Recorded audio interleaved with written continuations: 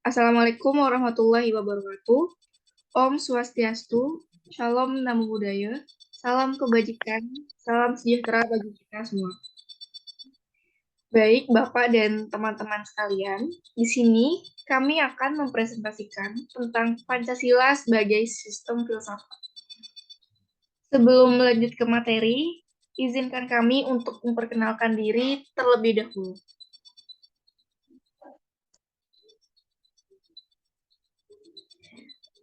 Perkenalkan, nama saya Mas Dela Trisyana dengan NIM 22125 11005. Selanjutnya. Kenalkan, nama saya Fania Clara, saya anak Aidun dengan NIM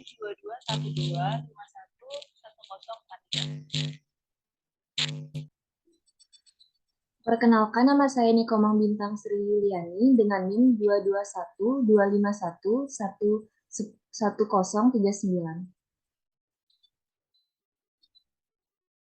Perkenalkan, nama saya Hana Gepebina Bertarigan, NIM 2212511015. Dan yang terakhir ada Jericho Poltak Partogi dengan NIM 22125 11092. Baik, lanjut ke materi. Di sini pengertian filsafat. Secara etimologis, filsafat berasal dari bahasa Yunani phile yang artinya cinta dan sophos yang artinya hikmah, kebijaksanaan atau wisdom. Jadi secara harfiah, filsafat adalah mengandung makna cinta kebijaksanaan. Pengertian filsafat menurut para tokoh, yang pertama Aristoteles.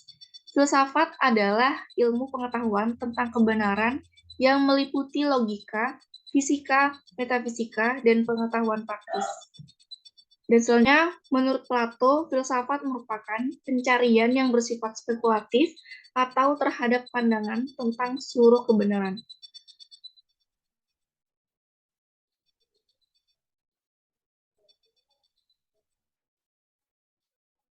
Selanjutnya, ciri-ciri filsafat ada 3. Yang pertama,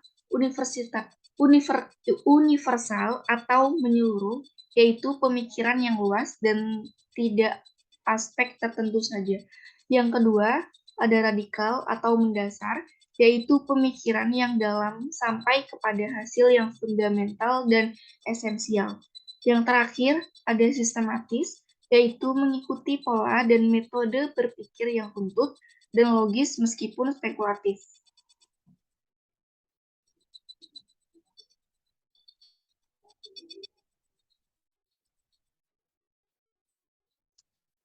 Pancasila sebagai sistem filsafat. Pancasila sebagai suatu sistem. Pancasila merupakan kesatuan bagian-bagian atau yaitu sila-sila Pancasila. Setiap sila Pancasila mempunyai fungsi sendiri-sendiri. Setiap sila Pancasila tidak dapat berdiri sendiri dan tidak saling bertentangan. Keseluruhan sila Pancasila merupakan suatu kesatuan yang sistematis atau majemuk tunggal.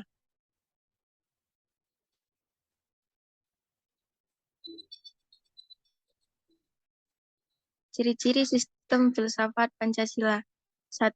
Sila-sila Pancasila merupakan satu kesatuan sistem yang bulat dan utuh. Dengan kata lain, apabila tidak bulat dan utuh atau satu sila dengan sila lainnya terpisah-pisah, maka itu bukan Pancasila. 2. Susunan Pancasila dengan suatu sistem yang bulat dan utuh itu dapat digambarkan sebagai berikut. Itu sila pertama meliputi, mendasari, menjiwai sila 2, 3, 4, dan 5. Sila kedua diliputi, didasari, dijiwai sila 1, dan mendasari dan menjiwai sila 3, 4, dan 5. Sila ketiga diliputi, didasari, dijiwai sila 1, 2, dan mendasari dan menjiwai sila 4, 5. Sila keempat diliputi, didasari, dijiwai sila 1, 2, 3, dan mendasari dan menjiwai sila 5. Sila 5 diliputi, didasari, dijiwai sila 1, 2, 3, dan 4.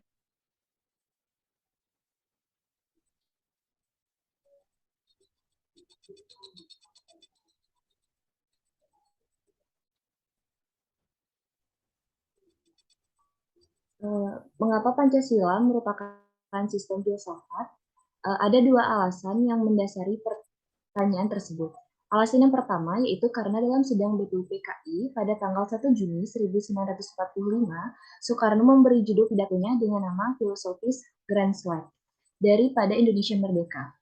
Nur Bakri menjelaskan bahwa Pancasila sebagai sistem filsafat merupakan hasil perenungan yang mendalam dari para tokoh kenegaraan Indonesia.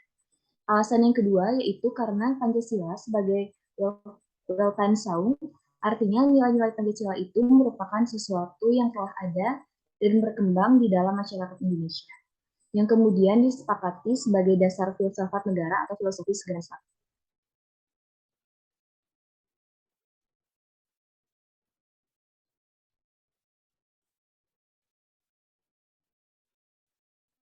Alasan diperlukannya kajian Pancasila sebagai sistem filsafat ada 4. Alasan yang pertama yaitu filsafat Pancasila sebagai genetivus objektivus dan genetivus subjektivus. Alasan yang kedua yaitu landasan ontologis filsafat Pancasila. Alasan yang ketiga yaitu landasan epistemologis filsafat Pancasila. Dan alasan yang terakhir, landasan aksiologis Pancasila.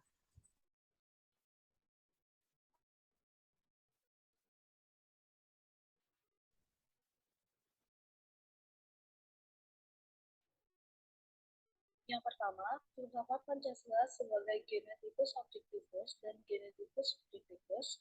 Pancasila sebagai genetivus objektivus artinya nilai-nilai Pancasila dijadikan sebagai objek yang dicari landasan filosofinya berdasarkan sistem-sistem dan cabang-cabang filsafat yang berkembang di barat. Misalnya, Noto Nagoro menganalisis nilai-nilai Pancasila berdasarkan pendekatan substansialik filsafat Aristoteles sebagaimana yang terdapat dalam karyanya yang berjudul Pancasila Ilmiah Populer. Yang kedua, landasan ontologis filsafat Pancasila. Ontologi menurut Aristoteles merupakan cabang filsafat yang membahas tentang hakikat segala yang ada secara umum sehingga dapat dibedakan dengan disiplin umum yang membahas sesuatu secara khusus.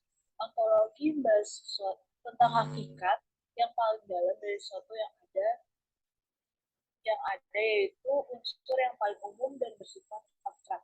Disebut juga dengan istilah substansi.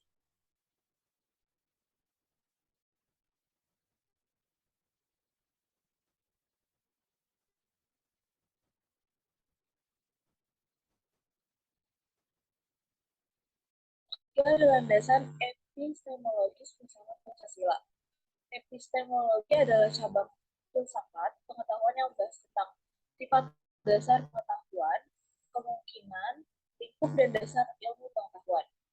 Landasan epistemologis Pancasila artinya nilai-nilai Pancasila digali dari pengalaman empiris bangsa Indonesia, kemudian disintesiskan menjadi sebuah pandangan yang komprehensif tentang kehidupan bermasyarakat, berbangsa, dan bernegara. Yang keempat ada landasan aksiologis Pancasila. Istilah aksiologis terkait dengan masalah nilai atau value. Landasan aksiologis Pancasila artinya nilai atau kualitas yang terkandung dalam sila-sila Pancasila.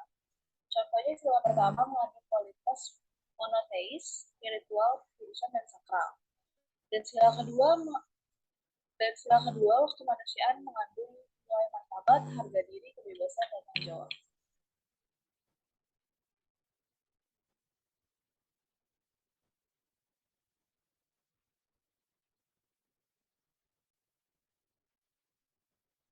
Kesimpulannya, Pancasila dikatakan sebagai filsafat karena Pancasila merupakan hasil perenungan jiwa yang mendalam yang dilakukan oleh para pendahulu kita yang kemudian dituangkan dalam suatu sistem yang tepat, di mana Pancasila